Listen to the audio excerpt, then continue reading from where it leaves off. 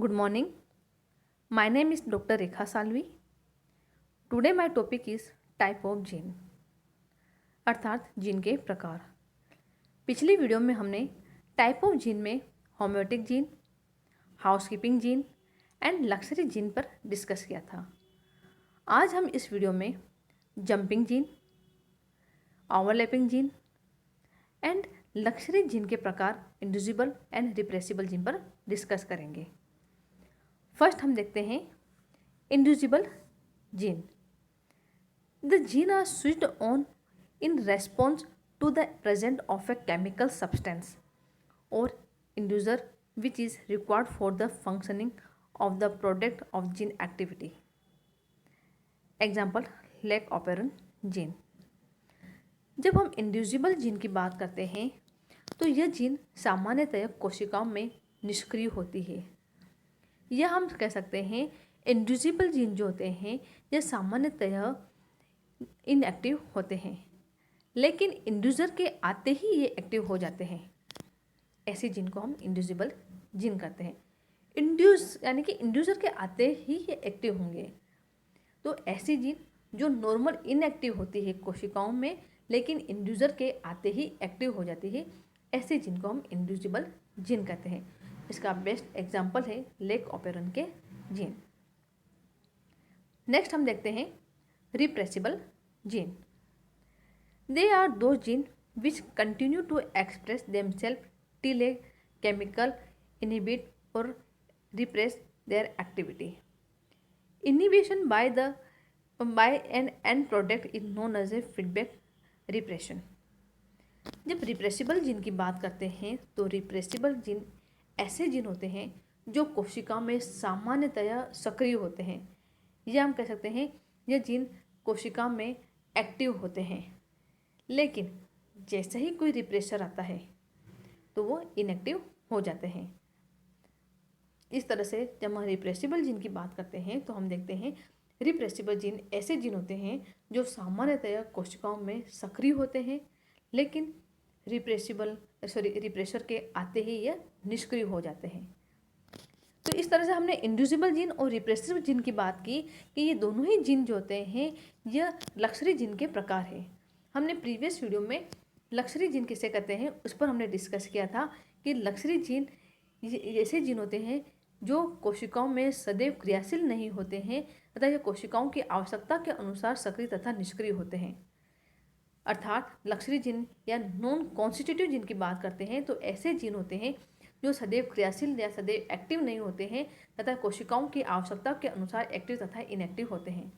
हमने बताया luxury gene दो प्रकार के होते हैं, inducible gene and repressible gene. Inducible gene ऐसे जीन जो सामान्यतया कोशिका में निष्क्रिय होते हैं या इनएक्टिव होते हैं, लेकिन इंड्यूसर के आते ही एक्टिव हो जाते हैं। एग्जाम्पल लेकोपेरन की जीन। देन हमने रिप्रेसिबल जीन की बात की तो यह जीन सामान्यतः सक्रिय होते हैं, लेकिन रिप्रेशर के आते ही यह निष्क्रिय हो जाते हैं। एग्जाम्पल ट्रिप्टोफैन ओपेरन के जीन। नेक्स्ट हम देखते हैं jumping gene. Jumping gene, the transportable element is the DNA sequence that can change its position within a genome, sometimes creating or reversing mutation and altering the cell genetic identity and genome size. Transposition often results in duplication of some genetic material. जब हम jumping gene की बात करते हैं, नाम से पता चल रहा है जंप करना, यानी कि यह एक DNA का खंड होता है जो एक गुणसूत्र से दूसरे गुणसूत्र पर एक ही सदस्य के जीनोम में मूवमेंट करता है या गति करता है। यानी कि जब जंपिंग जीन की बात करते हैं तो DNA का एक सीक्वेंस खंड होता है, टुकड़ा होता है जो एक गुणसूत्र से टूटकर दूसरे गुणसूत्र पे जाके मूवमेंट करता है, यानी कि अर्थात एक ही सदस्य के जीनोम में ये एक्टिविटी, यानी कि एक ही सदस्य के जीनोम में ये गति होती है।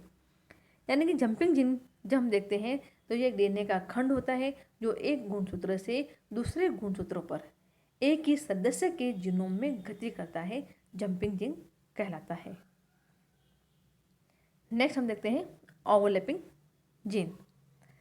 ओवरलैपिंग जीन जो होते हैं तो ये जीन जो होते हैं कुछ बैक्टीरियोफेज में पाए जाते हैं। तो इसमें जीन के ओवरलैपिंग के कारण एक जीन से कई उत्पाद बन जाते हैं। यानी कि जब जीन में ओवरलैपिंग होती है तो जिससे क्या होता है, एक ही जीन से कई प्रोडक्ट बन जाते हैं। जबकि सामान्यतः हम देखते हैं कि एक जीन से एक उत्पाद बनता है, लेकिन ओवरलैपिंग जीन से क्या होता है कि एक ही जीन के ओवरलैपिंग या अतिव्यापन के कारण एक जीन से कई उत्पाद बन जाते हैं। नेक्स्ट हम देखते हैं टिश्यू स्पेसिफिक जीन।